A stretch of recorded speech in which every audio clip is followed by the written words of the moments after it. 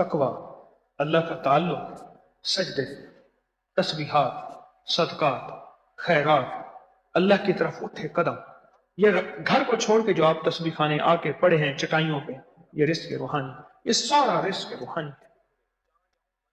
یہ سارا رزق روحانی ہے، یہ سارا رزق روحانی۔ اس آیت کے ذریعے اللہ سے مانگ، مولا دنیا میں ظاہر میں بھی عیدیں کرا دے اور آخر میں بھی عیدیں کرا دے، تیرے لیے کون سی دیر ہے؟ تو سخی شہنشاہ ہے، تو لکھپال لجپال ہے، تیرے لیے کون سی؟ میں بہت عرصہ ایسے کبھی جاتا تھا تو انارکلی سے یہ قطب الدین ایبک کے بازار پہ چلتے چلتے کچھ کلمات پڑھ کے اس کی روح کو ہدیہ کر، اب بھی کر دیتا ہوں کبھی جاتے جاتے کبھی کبھی۔ بادشاہ تھا، بر صغیر کا بہت بڑا بادشاہ تھا اور نیک بادشاہ تھا۔ میں اللہ سے عرض کرتا رہا کہ یا اللہ اس کے حالات مجھ پہ کھول دے۔ اچھا میں نے وہ نفل نہیں پڑھے جو 4 رکعت نماز نفل، سورۃ الہاکم التکاثر ملاتے ہیں میت کو خواب میں دیکھنے کے، وہ نفل نہیں پڑھے۔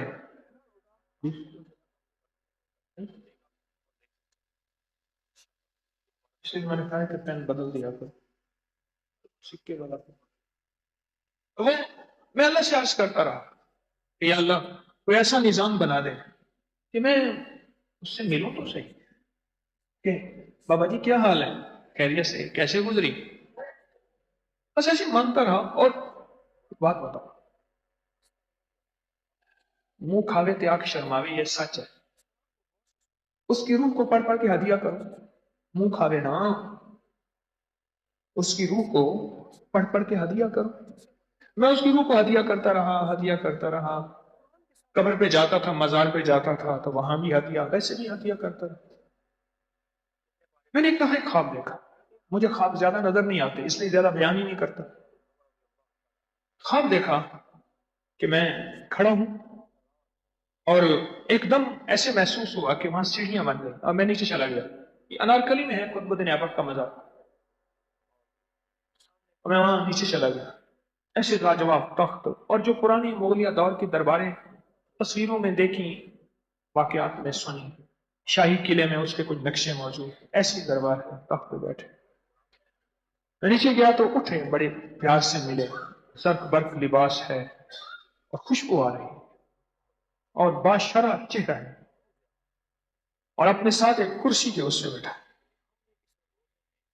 تو میں نے کہا میں نے تو اپنی کوئی جڑی بوٹیاں خریدنی تھی، آپ کے ہاں ایسے چلتے ہوئے آیا، بس چلتے تھے مجھے بتا دیں اللہ نے کیا معاملہ کیا۔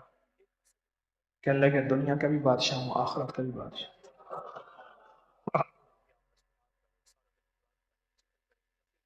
واہ، دنیا کا بھی بادشاہ اور آخرت کا بھی بادشاہ۔ اور بھی باتیں بہت ساری ہوئی، کچھ تحفے بھی دیے، کچھ ہدیے بھی دیے، کچھ چیزیں دی۔ میں اس واقعے کے ساتھ جو آپ سے عرض کرنا چاہتا ہوں کہ اللہ سے کہیں مولا تو کریم ہے، تو قادر ہے۔ دنیا میں غربت فقر میں ساری عمر زندگی حسرتوں کے ساتھ گزارتے گزارتے مر گیا، آخرت کی بادشاہت دیکھی، اللہ دنیا کی بھی دے دے آخرت کی بھی دے دے، اور پھر اگر مل جائے تو شکر ہے، اگر نہ ملے تو سمجھ لے اس میں میرے لیے خیر ہے۔ اگر مل جائے تو شکر ہے، اور اگر نہ ملے تو سمجھ لے میرے لیے اسی میں خیر ہے۔ میرا اللہ تھوڑی سی دنیا میں میری کفایت کفالت کر کے کائنات کے نظام کو سمیٹ کے مجھے اپنے پاس اس طرح بلانا چاہتا ہے کہ مجھے آخرت کا بہت بڑا مالدار بنانا چاہتا ہے۔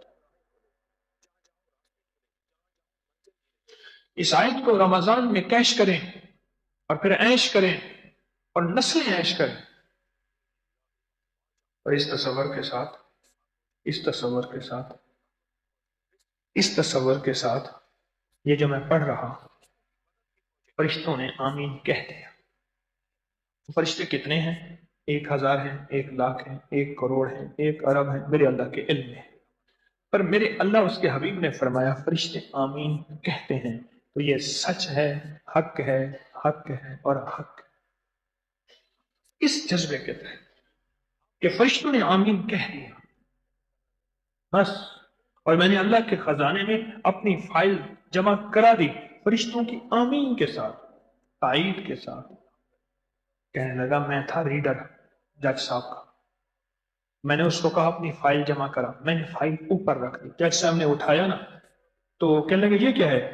میں نے کہا سر بہت ضرورت مند ہے اور آپ کا بڑا خیر خواہ ہے۔ تو میں نے 2-4 باتیں کہی، جج صاحب نے کہا اچھا ہاں ٹھیک ہے، یہ دستخط کر کے مجھے دے دیا۔ تو ریڈر صاحب جو فرشتے صاحبان ہیں ان کی آمین بھی ساتھ کروا دی۔ اور اللہ ریڈروں کا محتاج نہیں ہے، من ذا الذی یشفع عندہ الا باذنہ، اس کے سامنے فرشتے پر کیا مار سکیں؟ پر حدیث میں آتا ہے فرشتوں کی سفارش ہوتی ہے۔ میں نے اس دن آپ کو چند احادیث بیان کر کے بتائی تھی کہ یا اللہ کوئی مانوس سی آواز ہے اور یا اللہ کوئی نامانوس آواز ہے جو بندہ ہر وقت مانگتا رہتا ہے سکھی دنوں میں، جب دکھ آتا ہے تو فرشتے کہتے ہیں یا اللہ کوئی مانوس سی آواز ہے، پہلی کوئی آواز تھی پہچانی ہوئی ہے، تو فرشتے سفارش کرتے ہیں۔ جب یہ فیصلہ ہو گیا کہ رمضان میں ہمارے لیے فیصلے رزق کے، عزت کے، دولت کے، روحانیت کے، صحت کے، رزق کے، حلال طیب کے، ظاہری اور باطنی رزق کے ہوں گے، ہوئے ہیں، تو ایک ایک پل کیوں ضائع کر دیے؟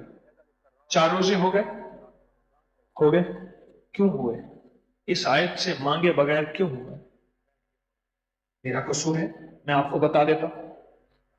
آج قدرتی ہم نے یہ آیت تلاوت میں سنی تو میرے جی میں آیا اس کو بیان کرنا۔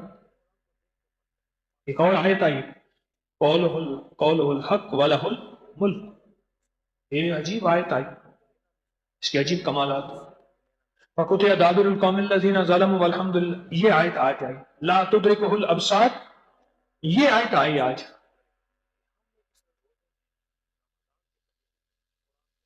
تو رزق کے دروازے کھلوانے ہیں یا بند کروانے ہیں؟ کھلوا جائیں نسلوں کے لیے، نسلیں خوشحالی میں زندگی گزاریں گی، کہیں گی بابا پردادا دادا پردادا تیرے بچے جی۔ میں بعض اوقات اپنے پردادا کے لیے بیٹھ کے دعا کرتا ہوں اور پردادا کے والد کے لیے دعا کرتا ہوں اور اس کے والد کے لیے، اللہ آپ کو جزائے خیر دے، تقوی کی زندگی، ایمان کی زندگی، اعمال کی گزاری، خوشحالی دے گئے، آگے پتہ نہیں کہ اللہ پاک تنگ دستی نہ کر دے، پر ان کے لیے بیٹھ کے دعائیں کرتا ہوں۔ نسلوں میں اللہ سے رزق روحانی مانگو، نسلوں میں اللہ سے رزق جسمانی مانگو، اور یہ اس آیت سے مانگے، اس آیت سے مانگے۔ بڑی عجیب آیت ہے، دیکھو بات سنو، ایک ہے میری الفاظ، میں آپ کو کوئی لفظ دوں، ایک ہے آپ کے الفاظ، ایک ہے لفظ بھی اللہ کے اور مانگے بھی اللہ سے، اور آمین کہنے والے فرشتے، اور فرشتے بھی وہ جن کو اللہ نے ویلا کر دیا، بالکل فارغ کر دیا۔ اللہ نے کہا سارے کام چھوڑو، سجدہ چھوڑ دے، قیام چھوڑ دے، تسبیح چھوڑ دے، رکوع چھوڑ دے، اور فرشتے لائن لگا کے کھڑے ہیں، اللہ کی فرما بردار ہیں، اور آپ کریں کیا؟ انہوں نے کہا یہ سارے کے سارے انسان، اللہ یہ تو سارے جہان کے عیبوں بھرے میں جانتا ہوں، ان کی دعاؤں پہ آمین کو حکم ہے۔ انہوں نے کہا سرکار حکم بس ختم، فرشتے کے اندر نافرمانی کا تو مزاج ہے ہی نہیں، بس ٹھیک ہے، سر تسلیم ہم ہیں جو مزاج یار میں آئے۔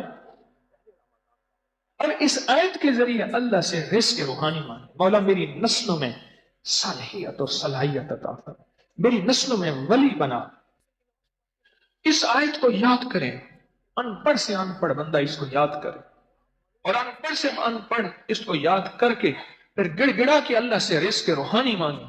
خیال کرنا صرف رزق جسمانی نہ مانگنا، ورنہ لقمے مل جائیں گے، سجدے چھن جائیں گے۔ اور میں بعض اوقات ناراض ہو کے لقمے نہیں چھینتا، سجدے چھین لیتا ہے۔ اس سے اللہ سے مانگیں، ہمیں دولت بھی اللہ سے لینی ہے، ہمیں رزق بھی اللہ سے لینا ہے، ہمیں تمنگن بھی اللہ سے لینی ہے، ہمیں دنیا بھی اللہ سے، ہماری آخرت بھی اللہ سے ہم نے لینی ہے، اور کوئی راستہ ہی نہیں، اور کوئی منزل ہی نہیں، اور کوئی ہمارے پاس کوئی ہے ہی نہیں۔ ہم کس سے مانگیں؟ کہاں جائیں؟ کس سے کہیں؟ ہمارے پاس اور کوئی ہے ہی نہیں۔ ہمیں اس دنیا کی، کائنات کی ہر نعمت، ہر چیز اس آقا سے مانگنی ہے۔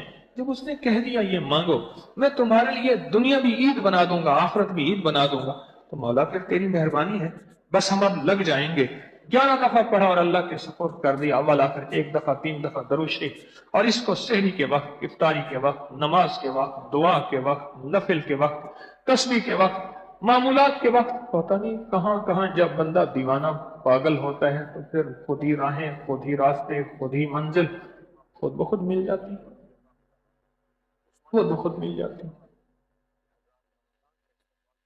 ہمیں تو اللہ سے مانگنا ہے اور اپنی نسلوں کے لیے منوانا ہے، نسلوں کے لیے منوانا ہے۔ ہمیں تو اللہ سے مانگنا ہے۔ میں کہا واقعت کو دین ایبک، دنیا میں بھی بادشاہ تھا، آخرت کا بھی بادشاہ، دنیا کا بڑا بادشاہ گزرا، بہت بڑا بادشاہ، اور کتنا بڑا بادشاہ تھا؟ یہ سارا برصغیر، سارا افغانستان، یہ نہیں ہے کہ چھوٹے سے ٹکڑے کا۔ آپ کا جو ملک پاکستان ہے، انڈیا کا جو حیدرآباد دکن صوبہ ہے اتنا بڑا ہے، آبادی میں بھی، رقبے میں بھی۔ سارا افغانستان، سارا انڈیا، سارا بنگلہ دیش، سارا بھوٹان، سارا سری لنکا، سارا نیپال، اتنا بڑا بادشاہ تھا۔ اور ادھر چین تبت تک، ادھر تک، اور کشمیر سارا، اتنا بڑا بادشاہ تھا، اتنا بڑا ملک تھا، اتنا بڑا اقتدار تھا۔ 1707 میں اورنگزیب عالمگیر فوت ہوئے ہیں، 1700 سے لے کر 1781 میں حضرت مرزا مدرے جانے جانا کی شہادت ہوئی ہے، 1781 میں۔ 1707 میں اورنگزیب عالمگیر فوت ہوا ہے، 1707 میں۔ یہ اقتدار کہاں ان کا تھا؟ 50 سال اورنگزیب عالمگیر نے حکومت کی ہے، 50 سال۔ اللہ سے مانگیں، اس آیت کے ذریعے مانگیں، اور اس آیت کو پڑھ پڑھ کے مانگیں۔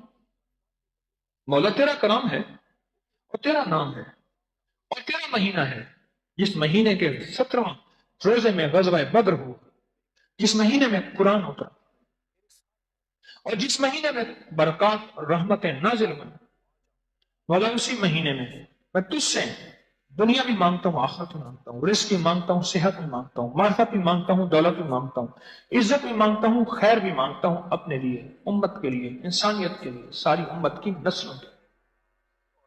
اللہ سے مانگے، بڑا کریم ہے، دیتا ہے، اور منگتا پاتا ہے، کھٹکھٹانے والا آخر کار دروازہ کھلواتا ہے، یہ پکی بات ہے۔ ہمیں تو ہر دل منگتا ہو کے زندگی گزارتی ہے، اور اگر جس دن ہم نے اپنا منگتا ہونا چھوڑ دیا، یقین جانیے گھاٹے میں چلے جائیں۔ میں تو کتنے سالوں سے اس آیت کے بارے میں بتا رہا ہوں، کیا خیال ہے؟ سالوں سے بتا رہا ہوں، کتنے سالوں سے بتا رہا ہوں اس آیت کو، کہ مانگیں اس آیت کے ذریعے، برکت مانگیں، راحت مانگیں، صحت مانگیں، اللہ مانگیں، روحانی دسترخوان مانگیں، مانگیں۔ پھر اللہ غیب سے راحت برکت کے دروازے، ایمان کے دروازے، عافیت کے دروازے ایسے کھولتا چلا جائے۔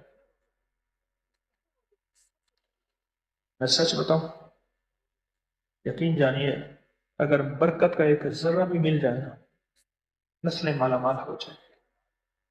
یا اللہ مجھے اپنے برکت کے خزانوں میں سے، بس اپنا برکت کے خزانوں میں سے ذرا عطا کر دے، ذرا عطا کر دے، برکت کے خزانوں میں سے ذرا عطا کر دے۔ اللہ سے مانگ، اس آیت کو گڑ گڑا کے، بھکاری بن کے، محتاج بن کے پڑھ کے مانگے۔ حضرات جن کو یہ آیت نہیں آتی، اس کو مجھے کل کون یاد کر کے بتائے؟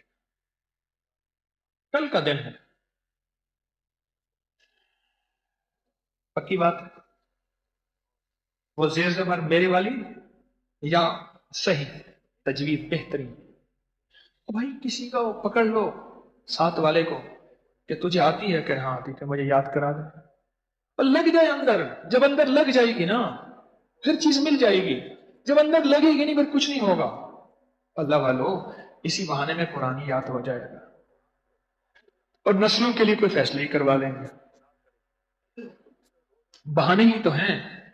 ایک نعمت میں بعض اوقات محسوس کرتا ہوں، تسبیح خانے کی نسبت سے اللہ کی مخلوق نے جتنی مسنون دعائیں یاد کی ہیں، جتنی قرآن آپ کی آیتیں اور صورتیں یاد کی ہیں، یہ بہت بڑی نعمت تسبیح خانے کے حصے میں آئی ہے۔